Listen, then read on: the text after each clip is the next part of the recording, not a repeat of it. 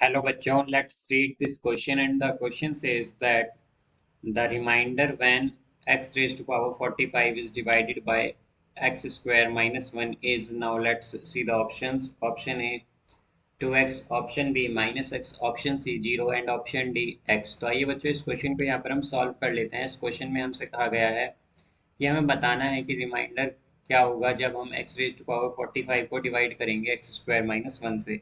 तो यहाँ पर हम की कॉन्सेप्ट यूज करेंगे, की concept that dividend dividend is equal to quotient into divisor plus remainder. तो हमारे पास जो डिविडेंड होता है वो इक्वल होता है quotient into divisor plus remainder के।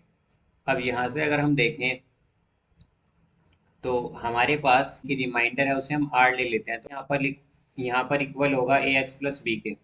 यहाँ पर हमने R A X plus B इसलिए दिया है बिकॉज हमारे पास जो डिग्री होती है रिमाइंडर की वो हमेशा छोटी होती है डिवाइजर की डिग्री से। और यहाँ पर डिवाइजर की हमारे पास क्या है एक्स स्क्वायर माइनस 1, तो इसकी अगर डिग्री 1 है तो हमारे पास रिमाइंडर जो होगा वो उससे छोटा होगा, तो इसलिए हमने क्या लिया है ए एक्स प्लस बी।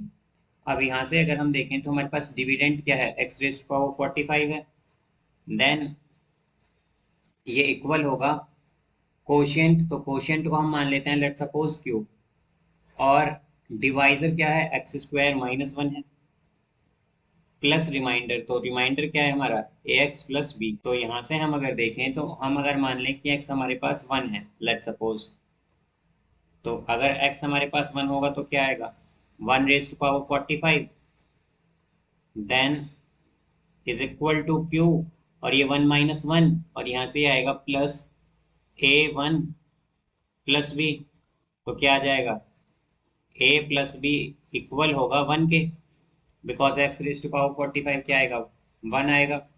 अब यहाँ पर अगर हम पुट करें x is equal to minus 1, तो हमारे पास क्या होगा माइनस 1 रेज टू पावर 45। तो ये हमारे पास इक्वल आएगा यहाँ पर q, और ये हो जाएगा एक्स स्क्वायर क्या यानी कि माइनस 1 का स्क्वायर क्या आएगा 1 ही आएगा, और यहाँ पर माइनस 1 और ये plus a into minus 1 plus B होगा, ए एक्स प्लस बी होगा यहाँ पर ये हमारे पास। तो x क्या था माइनस 1 और ये प्लस बी। अब यहाँ से हम जानते हैं कि 45 क्या होता है एक ऑड नंबर है, तो यहाँ पर माइनस 1 की पावर अगर ऑड है तो क्या आएगा माइनस 1 आएगा हमारे पास।